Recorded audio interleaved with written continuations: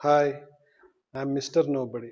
South ఇండియాలో Rajinikanth fans కాకుండా ఎవ్వరూ ఉండరు. అందరూ రజనీకాంత్ ఫ్యాన్సే. ఈరోజు Rajinikanth 75th birthday and 50 years in film industry కాబట్టి, నా తెలుగులో ఉన్న 'నరసింహ' మూవీ తమిళ్‌లో 'పడియప్ప' రిలీజ్ చేశారు. చానా థియేటర్స్‌లో, నియర్ బై థియేటర్స్‌లో అంతా ఇది ఆడుతా ఉంది. ఒకవేళ మీకు 'నరసింహ' మూవీ గుర్తున్నట్లయితే ఇది 1999లో కేఎస్ రవికుమార్ డైరెక్షన్‌లో రిలీజ్ అయింది.